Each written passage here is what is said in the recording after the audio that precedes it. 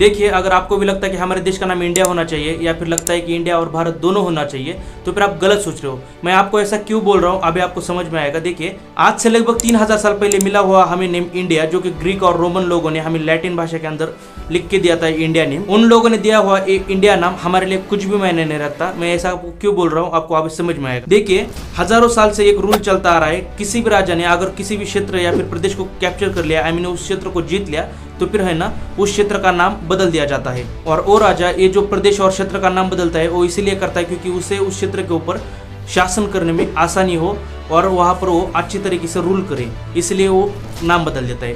देखो, मैं आपको है ना एक एग्जांपल देके समझाता हूँ। ये जो हमें इंडिया नाम मिला था वो लगभग 3000 साल पहले, वो नाम हमारे देश के अंदर 500 साल पहले तक पूरी तरीके से खत्म हो चुका था। कोई नाम नहीं जानता था इंडिया। अगर कोई नाम जानते थे तो वो बस भारत था और उसके बाद था हिंदुस्तान, क्योंकि तब मुगल शासकों का राज था और मुगल शासकों ने हिंदुस्तान नाम भी प्रचलित कर दिया था इंडिया के अंदर। लेकिन जैसे ही अंग्रेज 500 साल पहले हमारे देश के अंदर आ जाते हैं और वो आके अपना व्यापार स्टार्ट करते हैं, तब इंडिया नाम फिर से स्टार्ट होता है और धीरे धीरे करके इंडिया नाम हमारे देश के अंदर आगे बढ़ता है।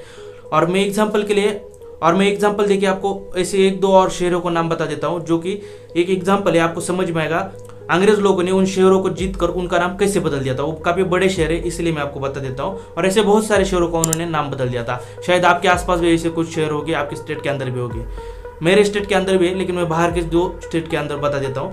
देखिए, केरला के अंदर का जो अभी तिरुवनंतपुरम है ना, वो पहले त्रिवेंद्रम था, और जो चेन्नई है वो चेन्नई का नाम पहले था मद्रास। लेकिन मद्रास से पहले उस सिटी का नाम कुछ और था, जिसे अंग्रेजों ने पूरी तरीके से मिटा दिया था। देखिए, जो चेन्नई सिटी है ना, वहाँ पर एक राजा थे चिन्नप्पा नायक करके, वो बहुत अच्छे राजा थे। उनके नाम के ऊपर वो जो सिटी है ना उसका नाम पड़ा था चिन्नप्पाथम। लेकिन क्या हुआ, अंग्रेजों के टाइम के अंदर है ना, अंग्रेजों ने उस क्षेत्र को जीत लिया और जो चिन्नप्पा नायक के जो बेटे थे वेंकट नायक, वो हार गए। तो जब वेंकट नायक हार जाते हैं तब वो सेटलमेंट करने के लिए जो अंग्रेज लोगों ने क्या किया, जो चिन्नप्पाथम नाम था उस सिटी का, उसे हटाकर मद्रास पाथम कर दिया, यानी कि पूरी तरीके से नाम चेंज कर दिया ताकि उन्हें शासन करने में आसानी हो। और वैसी सेम चीज तिरुवनंतपुरम के अंदर भी हुई थी, उसका नाम भी त्रिवेंद्रम कर दिया था अंग्रेजों के द्वारा।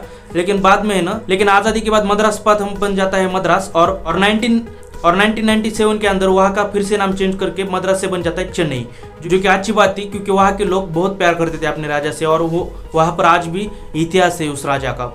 और रही बात त्रिवेंद्रम की, तो त्रिवेंद्रम जो है वो आज के टाइम के अंदर तिरुवनंतपुरम है, और उसका भी नाम 1991 के अंदर चेंज कर दिया था। तो फिर है ना, ऐसे बहुत सारे अंग्रेजों ने उनके टाइम के अंदर नाम बदल दिए थे, और नाम बस इसीलिए बदल दिए जाते थे क्योंकि उन्हें वहाँ पर लोगों के ऊपर शासन करने में एकदम आसानी महसूस हो, और उसी तरीके से हमारे देश का नाम भी चेंज कर लिया था। लेकिन बात बस यही से शुरू नहीं होती, बात शुरू होती है आज से लगभग 3000 साल पहले। एग्जैक्टली क्या हुआ था मैं आपको बता देता हूँ। तो देखिए, ये लगभग आज से 3000 साल पहले की बात है, जब हमारे सिंधु नदी के पास सिंधु सभ्यता मौजूद थी, यानी सिंधु सभ्यता यानी सिंधु घाटी। जब सिंधु घाटी के पास है ना कुछ पर्शियन लोग आए, तो पर्शियन लोगों ने सिंधु नदी को यानी सिंधु घाटी को हिंदू घाटी करके यानी हिंदू नदी करके पुकारा।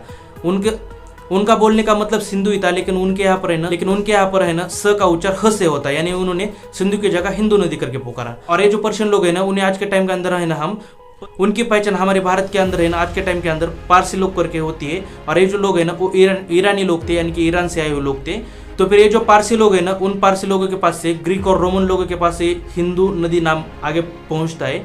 और ये हिंदू नदी नाम है ना, उनके ग्रीक और रोमन लोगों के अंदर है ना लैटिन भाषा में हिंदू नदी से इंडस नदी बन जाता है, क्योंकि देखिए उनके यहाँ पर है ना एच का प्रोनाउंस नहीं होता, यानी कि एच का उच्चार नहीं होता। तो फिर है ना वो एच कट कर देते, और एच कट करके बाद में बन जाता है इंडस नदी बन जाता है।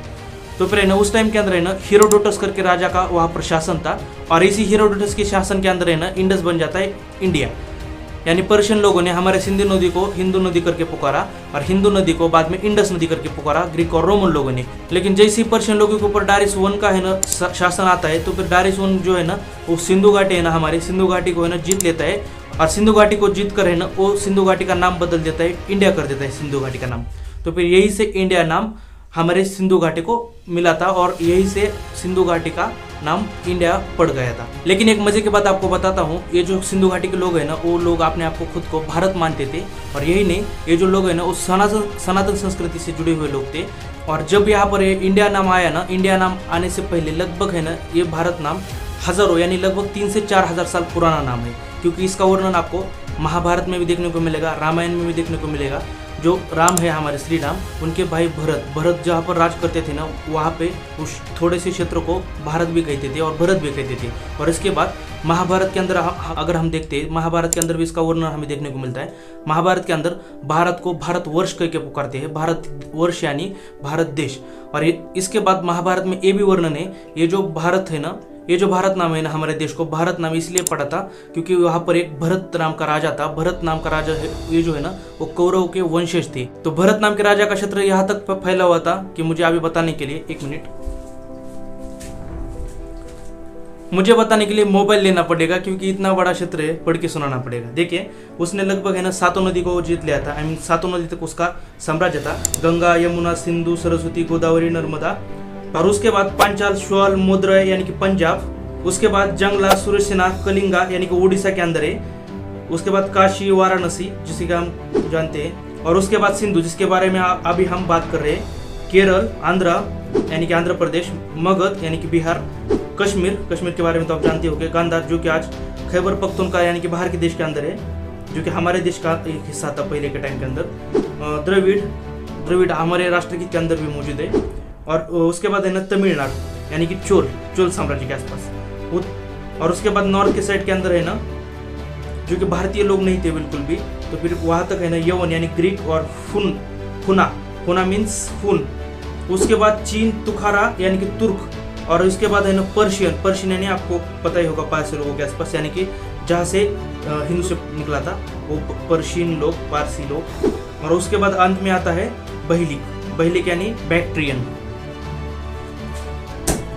तो भरत नाम का राजा का है ना साम्राज्य यहाँ तक फैला हुआ था। तो फिर इसके बारे में आपको पूरी तरीके से देखने को मिलेगा, जिसका कि मेंशन पूरी तरीके से महाभारत के अंदर है। और ये पूरा है ना एक सच्चाई है, और यहाँ तक हमारा भारत देश पहुंचा हुआ था, और ये एक फैक्ट है। इसलिए सिंधु घाटी के लोग जो है ना अपने आप को भारत मानते थे, मैं इसलिए कह रहा हूँ। यहाँ तक कि भारत नाम का जो वर्णन है ना, वो हमें विष्णु पुराण में भी देखने को मिलता है। विष्णु पुराण का भी बहुत प्राचीन ग्रंथ है हमारे देश के अंदर का, सनातन संस्कृति का। और देखिए, रामायण है ना लगभग 7000 साल पुराना है, महाभारत लगभग 5000 साल पुराना है। और लगभग ये जो है ना हिंदू नाम, इंडस और इंडिया, ये जो है ना लगभग 3000 साल पुराने हैं। लेकिन हमारे लिए है ना भारत नाम ही सही है, क्योंकि देखिए भारत नाम इसलिए सही है, ये जो भारत है ना, भारत नाम की जो है ना एक गद्दी थी, और ये जो गद्दी है ना राजा के बाद राजा के बेटे को बिल्कुल नहीं मिलने वाली थी, क्योंकि ये जो गद्दी थी ना वो किसी भी योग्य आदमी को, यानी कि जो योग्य इंसान है, जो कि अपनी प्रजा का जो अपनी प्रजा का अच्छे तरीके से ख्याल रख पाए और अच्छे तरीके से सब कुछ चीजें हैंडल कर सकता है, उसी को एक गद्दी मिलती थी। और उसके अंदर जरा भी 1% भी कोई ऊंच नीच नहीं होती थी, बस योग्य आदमी को मिलती थी। और इसीलिए वो भारत नाम की गद्दी बनाई गई थी, और इसलिए हमारे लिए भारत नाम ही सही है। और देखिए, हमारे भारतीय संस्कृति के अंदर है ना हर नाम का एक मतलब निकलता है। जैसे कि भारत नाम है ना, उसका भी एक मीनिंग निकलता है। भारत यानी भा से भावना, संवेदना, र से राग और त से ताल, यानी कि भावना और संवेदना के साथ राग से राग मीन्स नॉट एंग्री। राग मीन्स है ना वो एक धुन होती है। आपको रागों के बारे में पता होगा, जो कि म्यूजिक के अंदर यूज होती है। तो फिर है ना उस म्यूजिक की धुन के साथ मिक्स होके उस संवेदना के साथ एकदम ताल से मिक्स हो जाना, इसी को भारत कहते हैं। तो फिर ये मीनिंग निकलता है कि जो कि अच्छा मीनिंग होता है। और ये जो है ना एक साउंड की तरह है, एक जो कि गुड साउंड, जैसे कि हम ओम नाम को पुकारते हैं ना, वैसी तरीके साउंड। जैसे कि देखिए, आपने माँ बाप को या फिर अपने भाई को या फिर बहन को आपने नाम दिया हो, सुना होगा, या फिर अपने खुद को। देखिए, हम यहाँ पर है ना कैसे नाम देते हैं अच्छे। जैसे कि देखिए, हम नाम देते हैं आकाश, राजेश, सोमनाथ, शिव, राम, कृष्ण। ये जो नाम है ना उसका एक मीनिंग निकलता है। तो फिर वैसा ही मीनिंग है ना इस भारत नाम का भी निकलता है। तो फिर ये भारत नाम हमारे लिए काफी इंपॉर्टेंट है। और ये जो इंडिया नेम है ना, वो जरा भी हमारे लिए कुछ भी मायने नहीं रखता। वो एक इंडस से निकला हुआ मीनिंग है, एक नाम है, जो कि कुछ भी मायने नहीं रखता हमारे लिए। देखिए, जिन पर्शियन लोगों ने हमें हिंदू करके पुकारा था ना, वो उन्होंने एकदम प्यार से हमें हिंदू करके पुकारा था।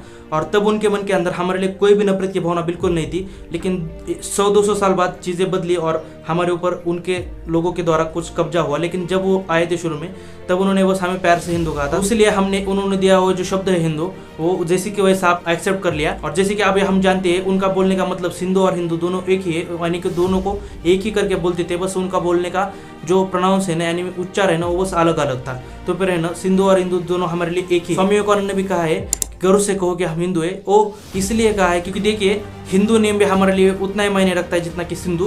क्योंकि देखिए अगर इतना बड़ा शख्स कह रहा है गर्व से कहो कि हम हिंदू है तो फिर इस बात का बहुत बड़ा मीनिंग भी हो जाता है। और ये जो हिंदू, इंडस और इंडिया का जो बीच का अंतर है ना इन तीनों शब्दों का, वो बस इतना ही है, प्यार, नफरत और कब्जा। और देखिए हमारे देश का नाम किसी भी चीज़ों के कारण है ना भारत हो रहा है अभी, हमें उसके ऊपर बिल्कुल ध्यान नहीं देना चाहिए क्योंकि भले देर से सही लेकिन हमारे देश का नाम भारत हो रहा है, इसे लेकर हमें खुश होना चाहिए। क्योंकि देखिए भारत नाम ही हमारे लिए वर्थफुल है और यही हमारे लिए मीनिंग रखता है। क्योंकि देखिए इंडिया दैट इज भारत बिल्कुल नहीं हो सकता, भारत राज्यों का संघ है यही हो सकता है, क्योंकि यही होना भी चाहिए।